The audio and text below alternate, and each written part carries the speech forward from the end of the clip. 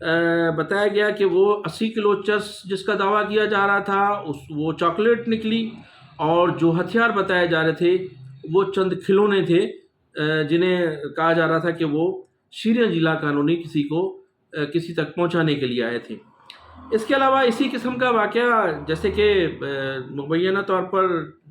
Rangers کا تو یہ کہنا تھا کہ وہ چرس تھی، اور پھر بعد میں جب لیبارٹری ٹیسٹ ہوا تو وہ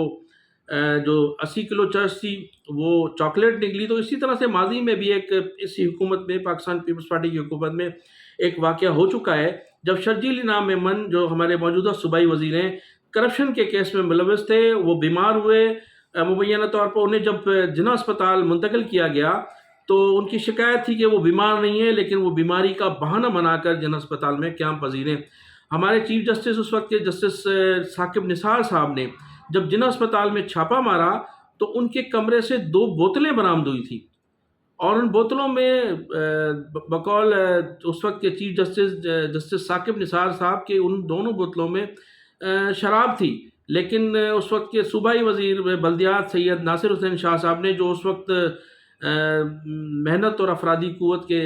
صوبائی وزیر تھے، انہوں نے کہا کہ وہ شراب نہیں تھی، بلکہ ایک بوتل میں شہد تھا اور دوسری بوتل میں زیتون کا تیل تھا۔ اور جب لیبارٹری لے جایا گیا اور جب اس کا ٹیسٹ کرایا گیا تو واقعی وہ ڈاکٹروں کی رپورٹ کے مطابق اس میں ایک میں شہد بتایا گیا اور دوسری میں جو ہے زیتون کا تیل بتایا گیا، اگرچہ جسٹس ثاقب نثار صاحب کا کہنا تھا کہ وہ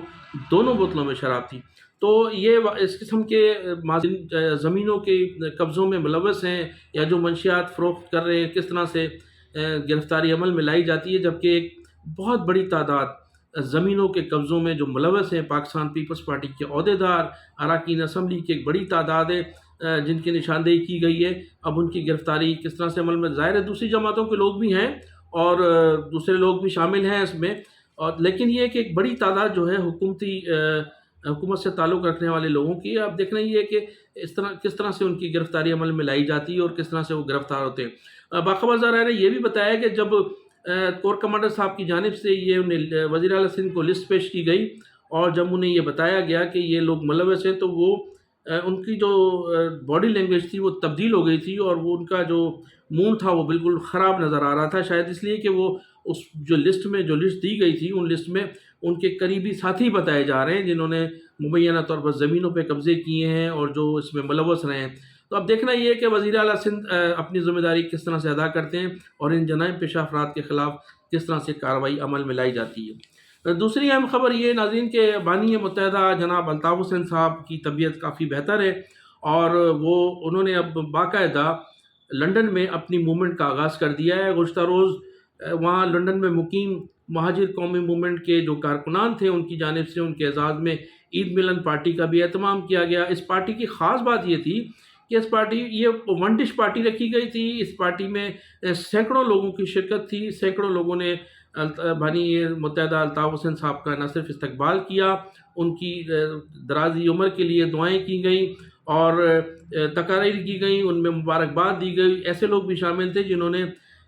بانی متحدہ کو ان کی برطانوی عدالت سے باعزت طور پر بریت ہونے کے بعد ان تک وہ نہیں پہنچ سکے تھے، تو ان لوگوں نے بھی بانی الطاف حسین کو مبارکباد پیش کی اور یہ عزم کا اظہار کیا گیا کہ انشاءاللہ تعالی بہت جلد جو ہے وہ پابندی